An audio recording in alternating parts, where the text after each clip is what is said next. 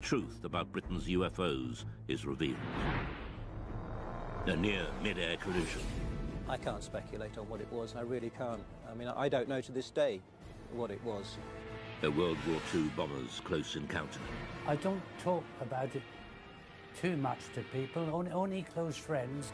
An unidentified object caught on radar.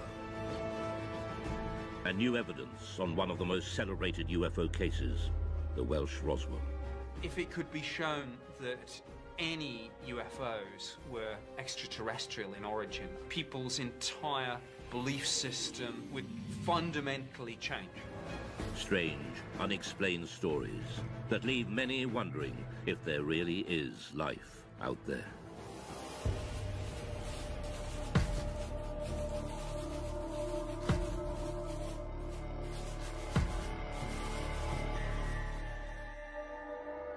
What are three popular word searches on the internet? Perhaps the first two are no surprise. UFOs have an incredible hold on the popular imagination, but few myths have involved government investigations, surveillance, and cover-ups. UFOs have.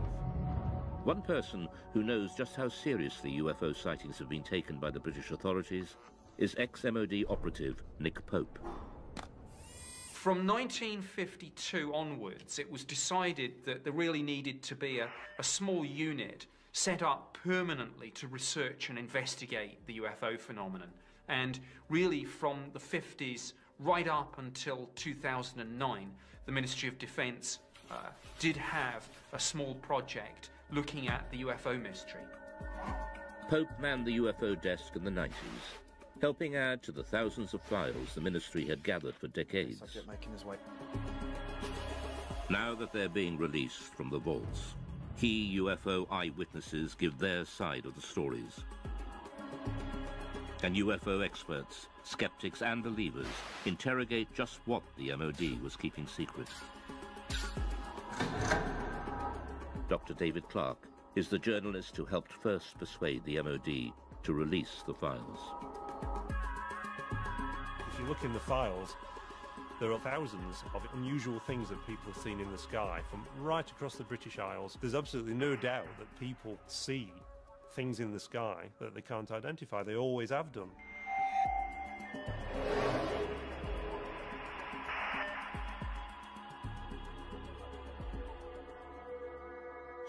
January 6th, 1995. Two experienced pilots of a Boeing 737 carrying 60 passengers from Milan to Manchester report a near collision. It's an incredible sighting of an unidentified flying object which sends the authorities into a spin.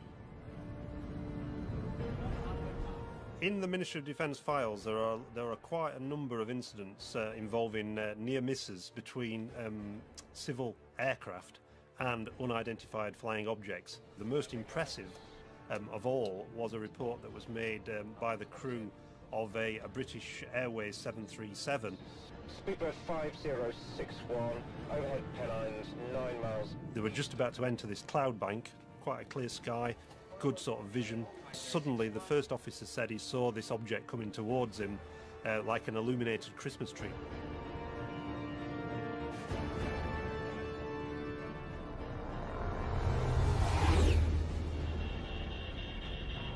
It was so low in its approach and so close that he automatically ducked, thinking there was going to be a collision.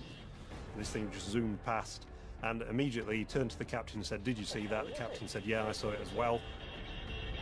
Immediately the pilots radioed into Manchester Control Tower. There's a lot of concern amongst air crews about what damage could be done to the reputation if they became known as, you know, the crew that see flying saucers. So it was interesting in this case that despite that, these two air crew decided that when they landed they were going to file an official air miss report. So that would then trigger a full detailed investigation by the Civil Aviation Authority, which is exactly what happened.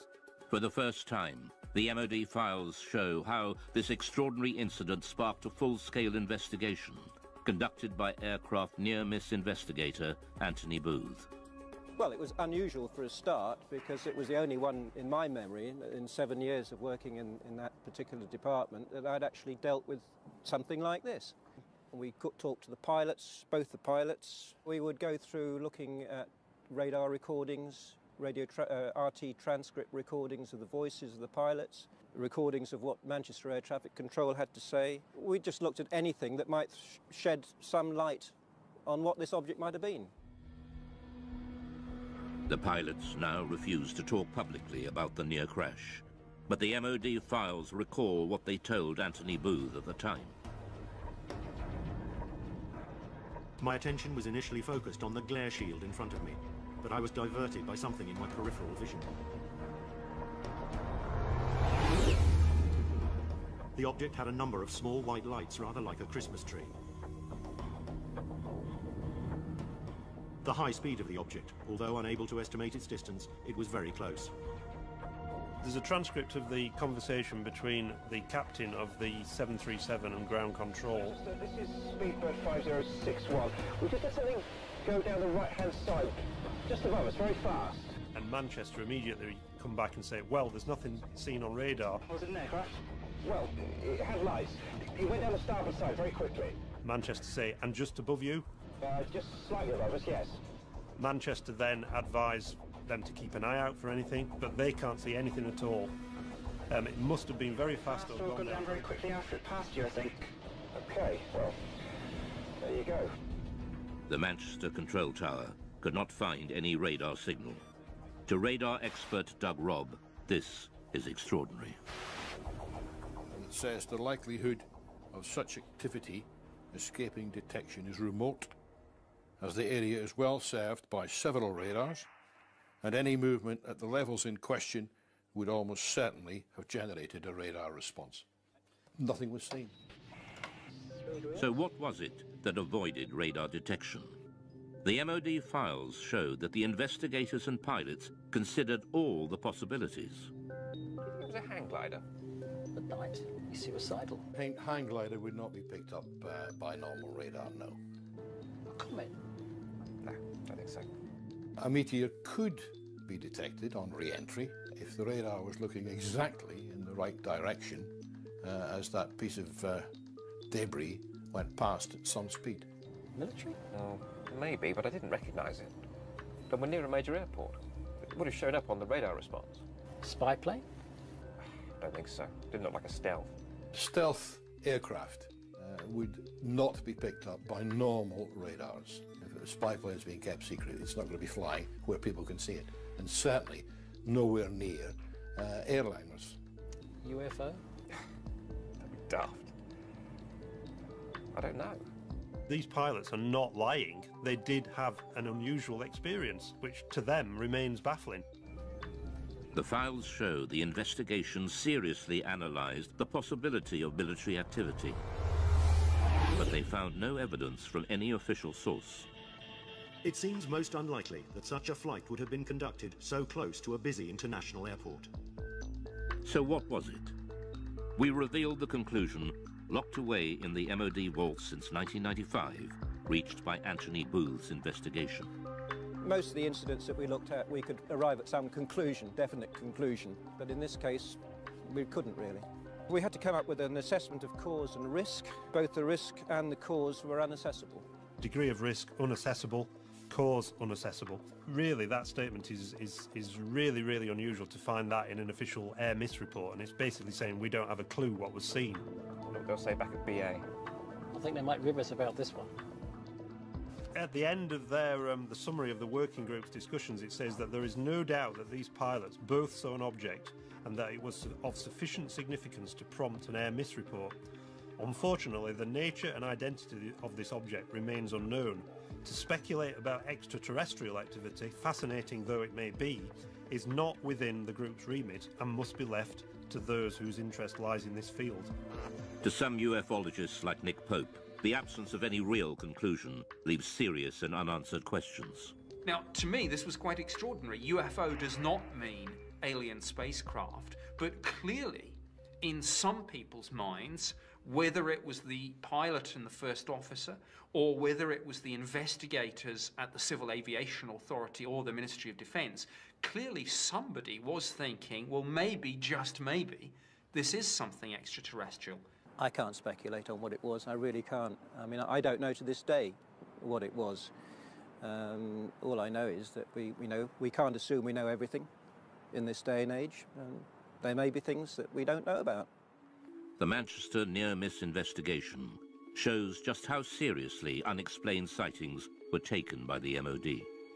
But the UFO desk had been receiving reports from pilots for decades. The files reveal sightings during World War II, and in some cases, these were considered so grave, they were referred right to the top of government.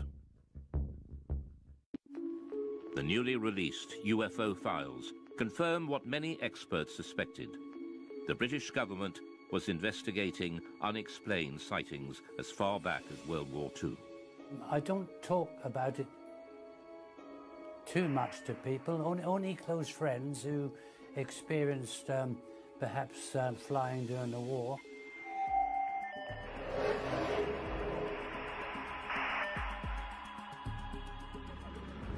Spring 1944.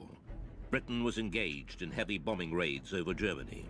Rumours of strange, unidentified missiles were getting through to top command. Considered a threat to public morale, the MOD files reveal that the order to keep them secret came right from the top. Sightings such as the one seen by gunner Bernard Dye. Now I have here a personal wartime diary. I'll read you an entry which I wrote on the 26th of April. Operation Essen. 300 aircraft raided Essen. Dye then recorded the most extraordinary sight. By unidentified objects, which I describe as just red balls of fire. This is the first time Bernard Dye has spoken on television about what happened that night. We left the target area and we were heading back towards Mildenhall, our base. We were heading across France. Everything appeared to be peaceful. Suddenly I saw 3 balls of fire coming up from below and reported this to our pilot, Arthur Horton, on the intercom. A few seconds afterwards, the rear gunner, Brian Harper, he observed 2 more red balls of fire. Immediately, Arthur was a bit perturbed, and were they fighters? No, not fighters, Arthur, just balls of fire coming towards us. I said to Arthur, no, evasive action, corkscrew, starboard, go, go, go.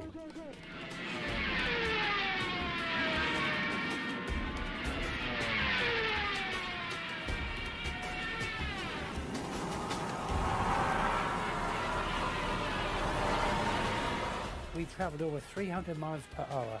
The aircraft was shaking like a leaf, and still they were following. The pilot was getting worried about burning the engines up. Engineer, Dave, what about the engines? Never mind the engines, skipper. Keep going, or something to that effect. The words were rather rude. It certainly gave me and the crew the willies to see them. After a short distance, these 5 red objects, they just got slower, and the red lights disappeared into the blackness below, and we got safely home. Well, when we got back to Mildenhall, our base, each crew is interrogated by intelligence officers, and they just laughed at us. And this upset the pilot, and, he said, you wouldn't bloody well have been laughing if you'd have been sitting with us in the aircraft. What did gunner Bernard Dye think they were? Didn't know what to think, but I thought they were just a new weapon that the Germans had invented. Bernard Dye was not alone. Other World War II aircrew had also reported unexplained sightings, and we now know that at least one of these reports was suppressed, and the order to do so came right from the top.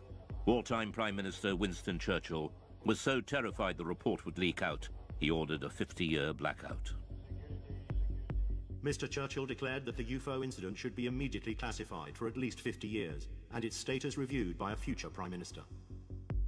Churchill's order referred specifically to a late World War II sighting made by a British aircrew returning from a reconnaissance mission over Germany. The files record, "My grandfather was present during a debate about an unexpected incident experienced by an RAF bomber crew. The MOD files show that the story originates from the grandson of Churchill's bodyguard, who had been present at an urgent meeting between the Prime Minister and the US commander of the Allied forces, General Eisenhower, who discussed the incident together. He was writing in to see if the ministry could confirm this story, that this guy who was the bodyguard was present at a discussion between Winston Churchill and Eisenhower about a mysterious incident when the crew of a Royal Air Force reconnaissance aircraft that had seen this metallic object that had appeared by the side of their aircraft, and it followed the aircraft, and it behaved in a way that was completely unexplainable in terms of it being, you know, a German aircraft or any other sort of Nazi flying machine that they were aware of. A leading aircraft expert was also at the meeting. He dismissed any possibility that it could be a missile, since a missile could not suddenly match its speed with a slower aircraft and then accelerate again. Churchill was determined this would go no further. Another person at the meeting raised the possibility of an unidentified flying object, at which point Mr. Churchill declared that the incident should be immediately classified. But the file goes further. One extraordinary line explains just how fearful Churchill was of public reaction to this UFO sighting, if it ever got out. This event should be immediately classified, since it would create mass panic amongst the general population and destroy one's belief in the church. But the files also reveal that this wasn't the first time Churchill had got embroiled in UFO sightings. In October 1912, there was sightings of mysterious lights in the sky over the dockyards at Sheerness in Essex. And Winston Churchill was the First Lord of the Admiralty, and he had to look into this, and Churchill had to admit in Parliament that he couldn't explain what had been seen. The files show that even after the war, Churchill took a personal interest in unexplained sightings. In the aftermath of the sightings in Washington, D.C. in 1952, that made all the news headlines, Winston Churchill again became interested and sent the memo to the Secretary of State for Air. What does all this stuff about flying saucers amount to? What can it mean? What is the truth? Let me have a report at your convenience. Until now, Gunner Bernard Dye never knew there were other World War II sightings that Churchill wanted kept secret at such a critical time in the war. We showed him the newly released MOD file on Churchill. Well, after reading this report, it sounds, you know, really identical to what we witnessed and saw that night. I haven't heard of this before, but it doesn't surprise me that he was told about it, because things happened during the war years, and there were other objects obviously appeared.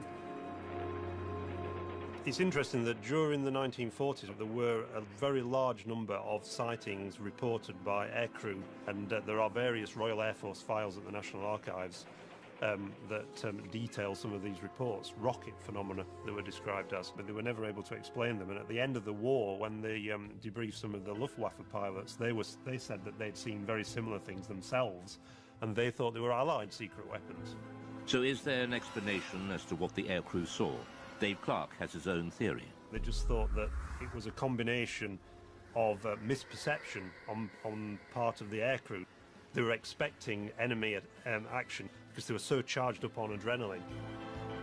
UFO or not, the files show that the World War II leaders were desperate to keep such sightings away from the public.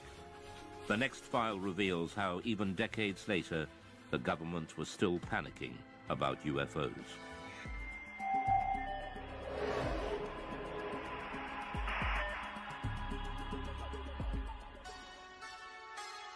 Many UFO experts believe that the Pitlochry file illustrates one of the most significant UFO conspiracies of recent times. It involves photographs of an unidentified object captured flying over a remote Scottish valley. The photos were sent to the MOD, but mysteriously went missing. Journalist Mark Pilkington has spent years trying to track down these UFO images. The Pitlochry photographs in the MOD files date back to the 4th of August 1990, when two witnesses on the A9 near Calvine, near Pitlochry, allegedly saw a large diamond-shaped craft hovering in the air for about 10 minutes and took 6 photographs of it.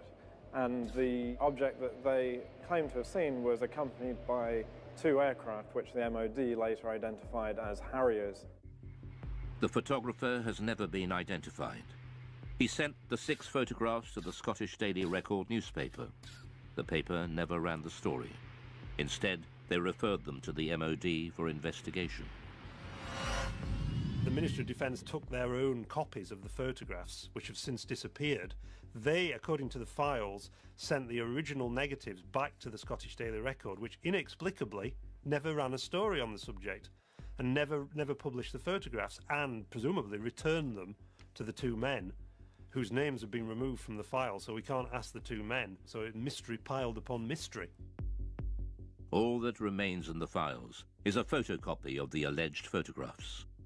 Ufologists later mocked up this photo of what was seen. But Nick Pope dealt with the original photos and file when he worked behind the MOD desk. Both the Defence Intelligence Staff and the Joint Air Reconnaissance Intelligence Centre analysed this very carefully, and the consensus was clear on this. This was a real object. It was maybe 25, 30 metres in diameter. I sat down with my opposite number from the Defence Intelligence Staff at a briefing about UFOs. We discussed this photograph extensively. This was something that was of defence interest because clearly it could do something that we couldn't, and we wanted that technology. The MOD was determined to play down the incident. There's an interesting briefing by the Ministry of Defence press office on defensive lines to take if these photographs made it into the newspapers, and they were asked questions about this. And there's a list that basically says that we have looked at the photographs and no definitive conclusions have been reached regarding the large diamond-shaped object. And if they were pressed by the media, they were told to say all sighting reports received by the Ministry are referred to the staff in the departments which are responsible for the air defence of the UK. During his time with the Ministry, Pope had a blown-up copy of the photograph on his office wall until it was personally taken down by his superior. One suggestion was that this was a secret prototype American spy plane.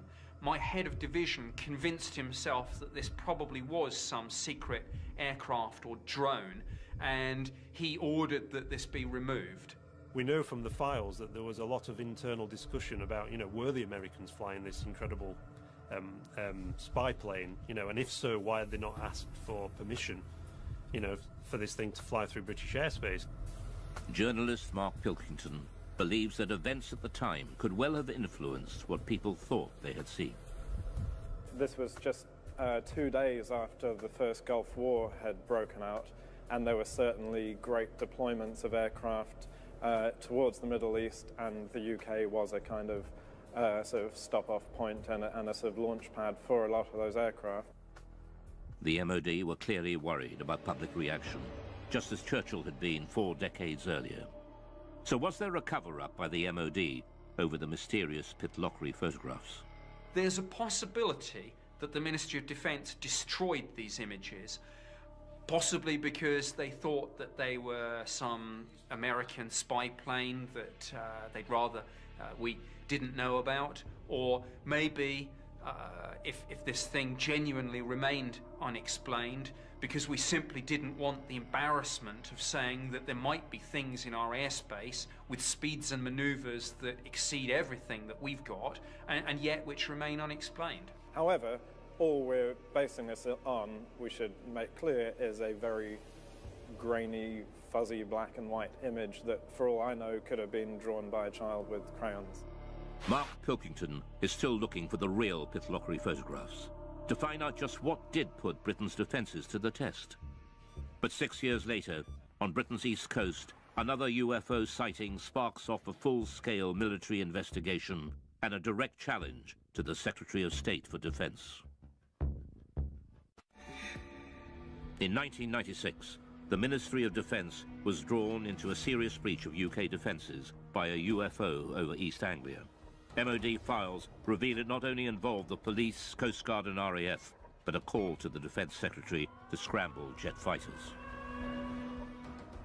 I'm very concerned about an incident that occurred off the East Anglian coast recently involving a visual unidentified flying craft sighting that was correlated by various different military radar systems.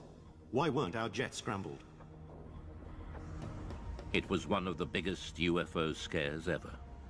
And it all started one quiet October night on the East Coast.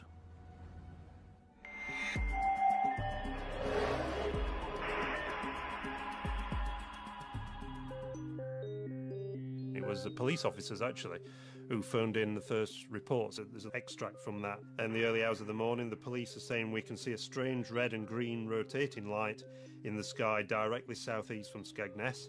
It looks to be high in the sky directly over the Wash. The patrol officers reported the sighting to the station sergeant. I immediately phoned it through to the Skegness control room, who relayed it onto Great Yarmouth Coast Guard Maritime Rescue, suspecting it might be an incident over the sea. We had a report at about 3:15 local time from Skegness Police, and they could actually see this light in a southeasterly direction. We were uncertain of what it was at the time, and we immediately made a report to the local air defence radars to see if they could see anything. The call went through to RAF Neatishead, the most important air defence centre in southern England. Clancy radar has a contact bearing at 221 degrees at... They noticed that on one of the radars, a blip that they couldn't identify, that wasn't an aircraft. Could the mysterious radar blip and the strange lights seen by the police be the same thing? Panic calls from the public started to come in. No, I don't think they're invading. The call was put out to shipping to keep a lookout for unidentified lights. Then a tanker came back. MV Conocast Yarmouth, we're seeing a group of lights above the Wash. The vessel at sea was the Connor Coast, and she was in much this sort of area. At 3:50 a.m., Patrol Officer P.C. Leyland rushed onto the police station roof to video the strange lights and managed to capture 5 minutes of footage now showing a single stationary white light. News of the sighting spread quickly through the UFO grapevine. The transcript of the conversation between the Coast Guard and the police and the trawler crew was leaked to the local news, and it suddenly became this huge UFO incident that got to the attention of the local MP. The sighting gathered such momentum, even local Labour MP Martin Redmond got embroiled and started asking difficult questions. Martin Redmond said, look, you've got police officers seeing UFOs, you've got Royal Air Force officers tracking them on radar, and yet you don't even get the aircraft in the air to take a look at this thing. Here's a copy of the letter that Martin Redmond MP sent to the Right Honourable Michael Portillo, Secretary of State for Defence, and he says, I am very concerned about an incident that occurred off the East Anglian coast recently involving a visual unidentified flying craft sighting which was correlated by various different military radar systems. While I'm interested in finding out what was seen, my primary concern stems from the absolute shambles that such an event seemed to cause. So he's really sort of having a go at the Ministry of Defence and saying, you know, why didn't you react to this? What are the RAF doing? So this really stung the RAF. The files reveal a picture of chaos. The letter sparked off an MOD investigation to explain the RAF's resistance. Doug Robb was operations manager on the night. We showed him the MOD findings. He wasn't surprised by the conclusions. This diagram is the radar plots over Boston on that night. And in summary, it shows that Claxby picked up the object, but it didn't move, and it was on land. And after investigation, it was decided that it was the church tower, the Boston stump, as it's known. The files were certain this was the culprit. The church is known in aviation circles as the Boston Stump and appears occasionally on some radars in certain radar propagation conditions. They said that this was a completely separate phenomenon to the bright stationary lights that had been seen by the police from Boston and Skegness and by the tanker crew. The report concluded there was no justification to order the scramble of RAF fighters, much to the chagrin of the local MP, Martin Redmond. You'd scramble for a high-speed incoming aircraft 200 miles away, but you're not going to scramble aircraft for a fixed object on land. I mean, what's the threat? If what the radar picked up was indeed a church, what then were the mysterious lights seen by the police and the tanker crew? The MOD scrutinized the police video footage. It suggests a distant celestial source. The MOD sent the footage onto the Royal Greenwich Observatory for analysis. Their report has been kept buried since 1996 in the MOD files. UFO and astronomy expert Ian Ridpath was shown their conclusions and the police video. If you look at the police video, you can see it's just a bright dot of light just sitting there, not appearing to do anything. So, to me, this shows that even the most impeccable witnesses can actually make what is really a basic mistake, which is just misidentifying bright celestial objects. Well, the most common culprit is the planet Venus. In fact, it's called the queen of the UFOs, and this is because it's the brightest object in the night sky after the sun and the moon, which could have been what the police were seeing. He also believes there's an explanation for the colors of the lights. When the camera zooms in, very often the camera will completely lose focus, and you can actually see some odd shape to the light, which is actually the diaphragm of the camera. But this doesn't explain what the tanker crew observed. The MOD investigation found that they saw a light coming from a different direction to Venus, and they were baffled. These lights remain unexplained. But expert Ian Ridpath believes there is an answer. The object that the tanker saw to the north, I think, was another bright star called Vega, which is also just appearing to twinkle and flash multicolored lights. UFO expert and skeptic Dave Clark believes there is a reason why this escalated into such a major incident.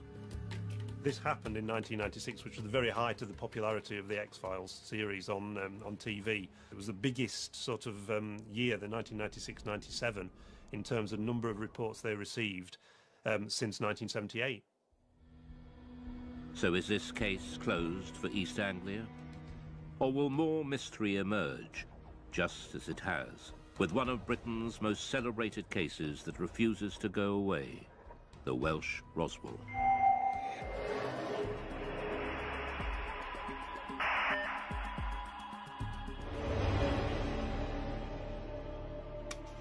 In 1974, in North Wales, thousands of people experienced a violent earth tremor and lights were seen falling from the sky. Some ufologists believe a UFO crashed, and there's been a cover-up ever since of the Welsh Roswell. Oh, a heck of a bang, yes. Oh, yes, it's like a tremor. It was in the house, shook the houses. We're in your houses.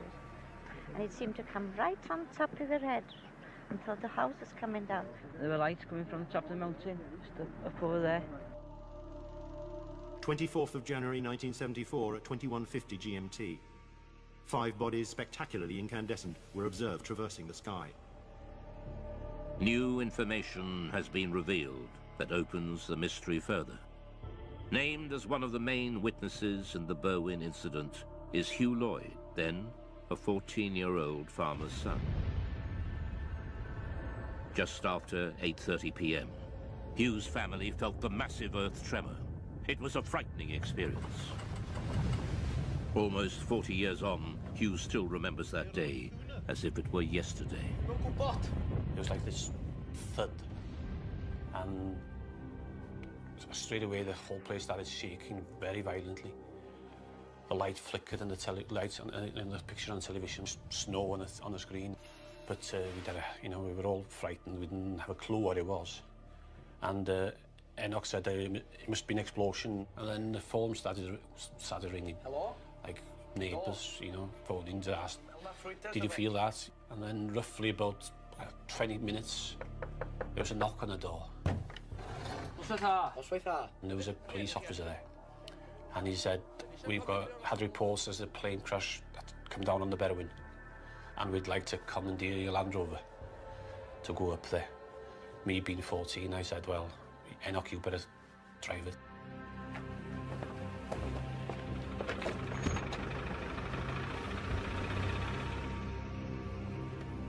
We carried on up the mountain about half a mile, maybe 3/4. We drove up the track and we stopped, got out and got torches, and it was very quiet and very dark, but, you know, nothing to be seen. How are we going with the torch? One of them said, there's nothing here. It's too quiet, can't see anything. We might as well go down. So we turned back to the vehicles, and as we were approaching the vehicles, we saw this very bright white light up the valley. Just behind those trees there, up to the left in the valley between those two mountains. A very bright white light, you know, coming up from the ground, you know, pointing upwards. But it was, you know, very, very bright. I knew it was coming from the ground, but we couldn't actually see the source of the light because it was, you know, in the valley itself, been hidden. The light didn't look like a plane crash. It was too white for a fire. It didn't last for very long, 20 seconds at the most. They searched the mountainside, but there was no sign of a crash. So what was the light? Ufologist Andy Roberts has researched the Berwyn UFO for years. Although a skeptic, he admits there is a central mystery to the incident involving another key witness. At a village nearby called Llanderfel, there was a district nurse called Pat Evans. She felt the explosion there, and because she was a nurse and had all the medical equipment, thought if a plane's crashed, I could get up there and give much-needed help until the emergency services arrived. Pat Evans was with her 2 teenage daughters, 4 miles from Hugh Lloyd when the earth tremor hit. So she picked up her 2 young daughters, got them in the car, drove the 10-15 minute drive up onto the B4391 road, expecting to see an aircraft crashed and in flames. This is the road that she was driving on, and it's a road that she knew very well, so she had no problems driving up here at night. And obviously she was out there looking for what she thought was going to be a plane disaster. And just as she came out from the other side of this copse of trees, she was absolutely astonished to see far across the hills to the left a huge ball of red, white, orange, pulsating light. Whatever the object was, it was too far from the road to be reached on foot. Pat and her daughters watched, astounded at the ball of light, slowly pulsating and changing colour. She described it as being half the size of the moon, and around this object were moving torchlights and vehicle lights. She realised that it clearly wasn't a crashed aircraft and that someone or some people were there attending to whatever it was, and realising that, she drove back home and went to bed, and to this day is completely mystified by what it was. So what did Pat Evans and Hugh Lloyd see that night? We reveal that even the arrival of the mysterious men in black couldn't provide all the answers. The unidentified sightings by Pat Evans and Hugh Lloyd in Berwyn, Wales in 1974 have gone down in UFO folklore. The recently released MOD files have added even more mystery. Researchers from the British Geological Survey were quickly dispatched to Berwyn to investigate an earth tremor that had registered 3.5 on the Richter scale. Immediately after the earthquake, we were getting a lot of reports, some of them rather complex ones about lights in the sky, lights on the hill. So I brought a small team of people down to ask the local people around here what they'd seen, what they'd heard, what they'd felt. The British Geological Survey team have become known in Berwyn legend as the Men in Black, as they were dressed in dark suits, official-looking, and were going door to door. Some people seem to think the whole event was rather suspicious, and that we, simple scientists from the Geological Survey, had something to do with suspicious events around here. Files containing Chris's notes recall his interview with nurse Pat Evans, who saw the unidentified light. I have here the notes that I made when I talked to Pat Evans. She felt the shaking, but also she was very concerned about lights that she saw in the sky. She thought there was a big red light, like a glowing red fire. This is a copy of one of the maps that we, with our team, used when we were going around the area talking to people, and we were able, therefore, to put on the map exactly where we got that interview from, and therefore exactly what that person saw, heard and felt. This British Geological Survey map, buried in the vaults, is a revelation. It shows the anomalous lights seen by Pat Evans and Hugh Lloyd both appeared in the same small area of hillside at the same time. Ufologist Andy Roberts returns to the same spot on the mountainside where Pat and her daughter saw the UFO, and where Pat Evans told her story to Andy Roberts in 1998. When I brought Pat Evans up onto this mountain road in 1998 and she told me her story then, I photographed her, and the photograph that I took showed her pointing to where she saw what she saw in 1974, and judging by this photograph she was pointing over there, and which we know is where the police and farmers were searching that night. Pat Evans was on the Llangannock to Welshpool Road, which is just beyond the forestry there. So if she was there, she probably saw the same lights as we saw. You know, because she's dead in line. I'm nearly positive that's the same lights as she saw. The recent files show the MOD's explanation for the sudden explosion and mysterious lights. Subsequent search of the hillsides in question revealed no sign of impact, however. The Meteorological Office considered that these sightings could have been occasioned by a bolide, that is to say a meteor which enters the Earth's atmosphere and burns up before reaching the ground. A private investigation done on behalf of the British Astronomical Society concluded, however, that the meteor may in fact have disintegrated over Manchester, and that its appearance was preceded at 8:30 p.m. by an earth tremor in the Berwyn Mountains with which it has no connection. So they were saying again, these are two things that happened coincidentally on the same night. You've got a meteor burning up in the atmosphere, and also you've got an earth tremor. So is this incredible coincidence, two separate natural phenomena, a meteor shower and an earthquake happening simultaneously, in itself a complete answer to the mystery? Many UFO believers think not. They believe the files failed to answer the big question, what was the source of light Pat Evans and Hugh Lloyd saw on the ground? So what Pat saw is an absolute mystery.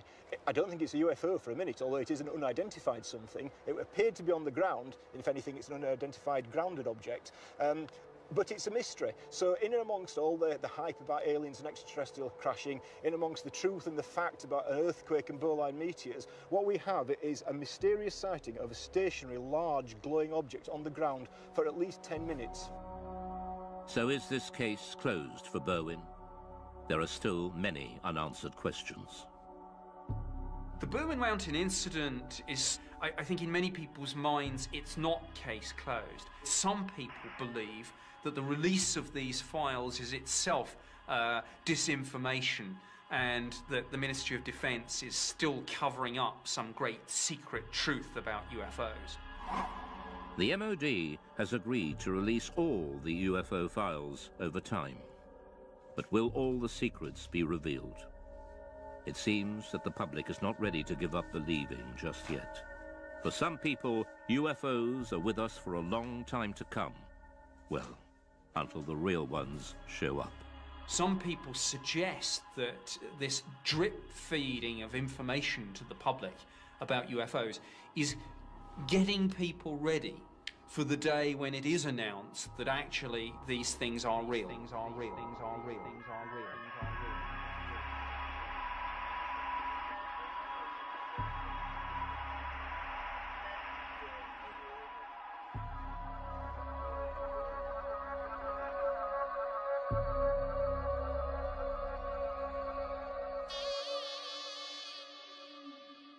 From 1952 onwards, it was decided that there really needed to be a small unit set up permanently to research and investigate the UFO phenomenon. And really from the 50s right up until 2009, the Ministry of Defence did have a small project looking at the UFO mystery. Pope manned the UFO desk in the 90s, helping add to the thousands of files the ministry had gathered for decades. Subject making his way. Now that they're being released from the vaults, key UFO eyewitnesses give their side of the stories. And UFO experts, skeptics and believers interrogate just what the MOD was keeping secret. Dr. David Clark is the journalist who helped first persuade the MOD to release the files. If you look in the files, weighs 737. Speedbird 5061, overhead pylons 9 miles. They were just about to enter this cloud bank, quite a clear sky, good sort of vision. Suddenly, the first officer said he saw this object coming towards him like an illuminated Christmas tree.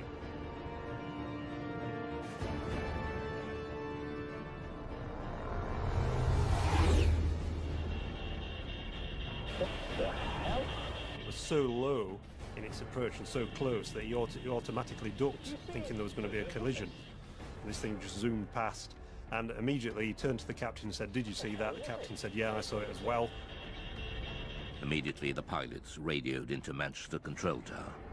There's a lot of concern amongst air crews about what damage could be done to the reputation if they became known as, the crew that see flying saucers. So it was interesting in this case that despite that, these two air crew decided that when they landed, they were going to fight.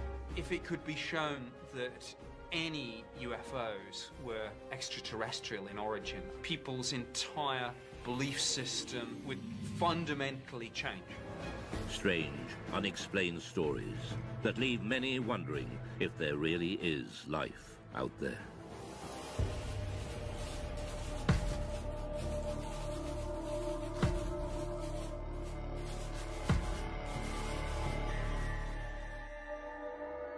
What are 3 popular word searches on the internet?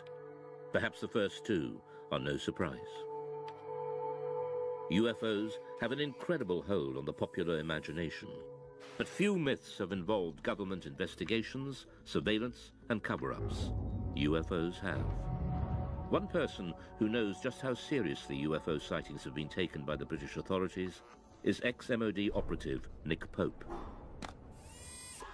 There are thousands of unusual things that people have seen in the sky from right across the British Isles. There's absolutely no doubt that people see things in the sky that they can't identify. They always have done.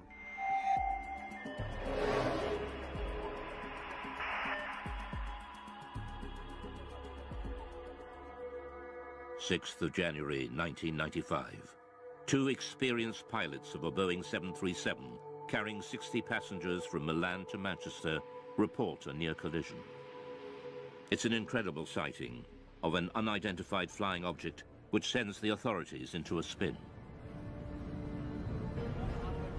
In the Ministry of Defence files, there are quite a number of incidents involving near misses between civil aircraft and unidentified flying objects. The most impressive of all was a report that was made by the crew of a British air... To this day, the inhabitants of planet Earth have looked to the stars for proof of other life. But the truth isn't out there, it's in here. Since World War II, the British government has been watching us, watching the skies. Buried in the vaults of the Ministry of Defence are thousands of reports on UFO sightings, some left unexplained. But now, after decades of secrecy, the files are being released. And for the first time, the truth about Britain's UFOs is revealed. A near mid-air collision. I can't speculate on what it was, I really can't. I mean, I don't know to this day what it was. A World War II bomber's close encounter. I don't talk about it too much to people, only close friends. An unidentified object caught on radar. And new evidence on one of the most celebrated UFO cases, the Welsh Roswell.